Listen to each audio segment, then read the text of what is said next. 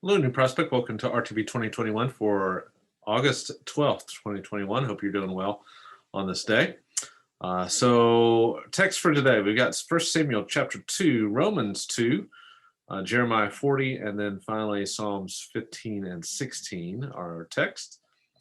Let's see, why don't we start with Jeremiah once again today. So Jeremiah here is starting a new section, still in the narrative section here, talking about some of the, of course, the section we just got done with talked about the exile itself, what led up to the exile, actually, the destruction of Jerusalem and the destruction of the temple and the slaying of the Davidic line and all these tragic events. But what happens in the aftermath? Well, chapters 40 through 44 kind of tell about that aftermath of Jerusalem's destruction. And specifically, these next two chapters talk about what the Babylonians did, and that is that they appointed a governor named Gedaliah, who functioned as a de facto king of the area, probably more of a governor of the area, and obviously not liked by the Jews who were left, the poor economically, who were left in Jerusalem and in the surrounding regions by the Babylonians to tend for the vineyards and things like that. And the Babylonians wanted Gedaliah to get the remnant of those who remained there to get in line with the Babylonian rule. And so not obviously well liked. And there was one man named Ishmael who is trying to assassinate him, and Gedaliah does not believe it. And so we see here in this text kind of what is going to, kind of a precursor of what's going to happen in the very next chapter, where Gedaliah gets it and is actually assassinated. So it shows the disarray really that's in Jerusalem at the time that the Babylonians left and returned with the exiles back to Babylon. So a very tragic time in the history of Israel.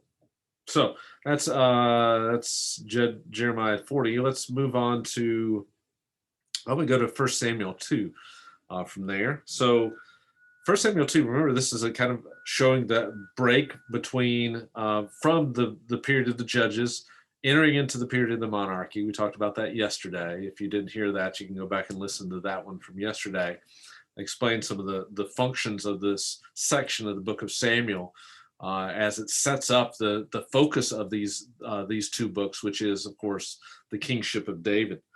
And this text begins with one of the more amazing texts. This chapter begins with one of the more amazing texts, and I think all the Old Testament, and that is the Song of Hannah.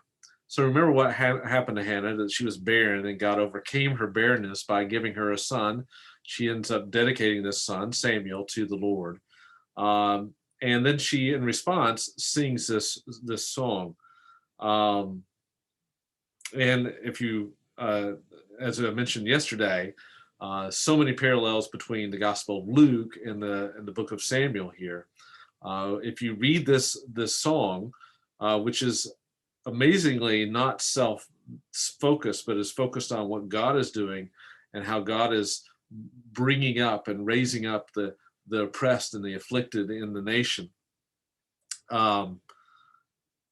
If you compare this song to Mary's song, what is known as Magnificat in Luke chapter 1, you'll see some amazing parallels. It's almost as if Mary has this memorized or even on her mind as she sings her song, which of course is in response to her meeting with Elizabeth and the baby Jesus, the baby John the Baptist leaping in the womb of Elizabeth as Mary meets with Elizabeth, and Mary's response is to sing that song similarly in response to her child.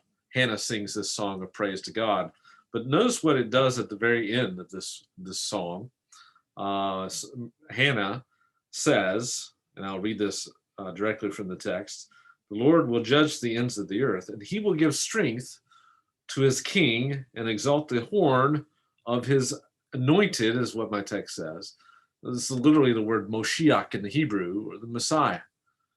Now, why is that amazing? Well, there's no king in Israel at the time. Right? There's no one that God has anointed at the time. There's no one that God has given this role at the time. But here we have a prophecy in the mouth of a very humble woman that is remembered for centuries and for perpetuity through the scriptures. This faithful, non-descript woman in her day and age is being used by God to prophesy of the Messiah. It's a beautiful text in that way. Then after that song, of course, we have the description of the degradation or the depravity, I guess you could say, of the priesthood at the time. Eli and his sons show that they are not fit to be leading the Israelites spiritually anymore. And so that paves the way, of course. It kind of fits in with the book of Judges, right? Because lots of depravity going on in the book of Judges. And yet it paves the way for what Samuel would ultimately do. Now, Samuel, of course, is the transition character between the judges and the monarchy, because Samuel is the last of the judges, but also Samuel will be the last of, or Samuel will function as two other things. He will function as a priest, and he will function as a prophet. And in his role as a prophet, he will be the kingmaker. He'll be the one who goes and anoints the king.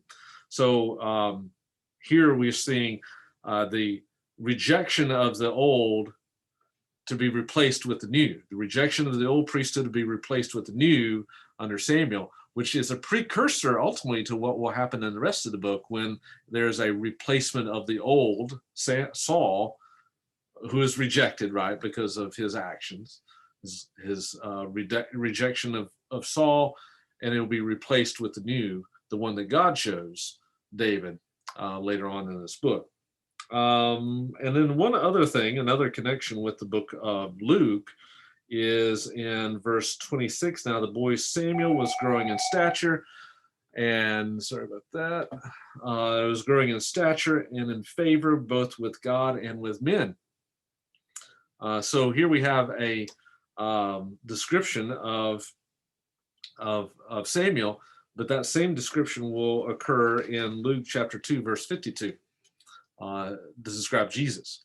So another parallel between the two books. So fun chapter here in the book of Samuel. Let's see, we need to go over to Romans then. Romans 2. So remember this first section of Romans, Paul outlining his theology, talking about the gospel, basically what the nature of the gospel is. And he begins by showing why we need the gospel, right? And he talks about, of course, in chapter 1, the complete depravity of humanity, particularly the Gentiles. But then in chapter 2, the question is, well, what about the Jews? And in chapter 2, he points out that the Jews also are those who are in need of the gospel. They are those who, in particular, are condemned by the law itself. They are those who are hypocritical when it comes to their law, particularly as you read through verses 17 through 24. In fact, in verse 24, there's a quotation from Ezekiel 36, where God's name has been blasphemed among the nations by Israel back in the day before the exile. And Paul is using those same words to describe the Jewish people of his day. Very stark and damning words on the part of Paul for those Jews who are boasting in the law and yet breaking the law and therefore denying and dishonoring God. And when God in Ezekiel 36, when God's name is dishonored, what does he do? He acts to sanctify his own name. So he ends up, Paul does, by saying in verse 28, he summarizes this by saying, he is not a Jew who is one outwardly, nor is circumcision that which is outward in the flesh, but he is a Jew who is one inwardly. In other words, who are part of the people of God? It's one who has received a circumcision of the heart, which, by the way, is right straight out of Deuteronomy. So this is nothing new. Paul's right in line with the teaching of the Old Testament, talking about the nature of true faith as being the source of being part of the community of God, being part of the covenant community, and ultimately being saved. It's through faith, and this is lining up what his argument's going to be later on in the book. So Romans 2. And that brings us finally to Psalm 15 and 16. If you remember, I think I've talked about this before, so I'm not going to spend a whole lot of time on this, but I think Psalm 15 and 16, coupled with Psalm 14, presents a beautiful picture of the gospel itself, kind of a definition of the gospel, because Psalm 15 asks a question that we all need to answer. Who can abide in the tent of God, and who can dwell on his holy hill? Who can be in God's presence? Now, why would we want this? Well, we would want it because in God's presence we find fullness of joy, as it says in Psalm 16, verse 11. In his right hand there are pleasures forever. But we want to be in God's presence because God's presence is the ultimate thing that brings satisfaction. We want to be in God's presence because God is there. And we are made to be that way. We have a God-shaped hole in our hearts that can only be filled by him, right? As Augustine once said, or not Augustine, that was Pascal that said that, I believe. Augustine said, our hearts are restless until they find rest in you. But the same idea, right? That we were made for this relationship. And so the question is, who can do this? Well, the psalmist David here gives a list of all the qualifications: walks with integrity and works righteousness and speaks truth in his heart. 10 different qualifications, by the way, as you read through Psalm 15. So the question is, who's done those things? Well, Psalm 14 tells us no one has, right? No one does good. No one understands. No one seeks after God. No one has worked righteousness. No one has walked with integrity. No one has spoken truth in their heart. So that begs the question, what hope do we have? Well, our hope is in verse 1 and 2 of Psalm 16. Preserve me, O God, for I take refuge in you. I said to my Lord, you are my Lord. I have no good besides you. And he makes known, verse 11, the path of life. We have no goodness on our own. God provides the goodness that we don't have. And that is the righteousness of Christ that Paul talks about in Romans 1 when he defines the gospel. So it's a beautiful picture here of the gospel and the great exchange that's part of the gospel, where we receive the righteousness of Christ and he receives our sin, and he bears the punishment for that on the cross. Meanwhile, we receive his righteousness and are made right with God on the basis of grace through faith in our Lord Jesus. So neat pictures of the gospel in both Psalm 15 and 16, and then again in Romans 2 on this day, August 12th, 2021. Hope you have a great rest of the day.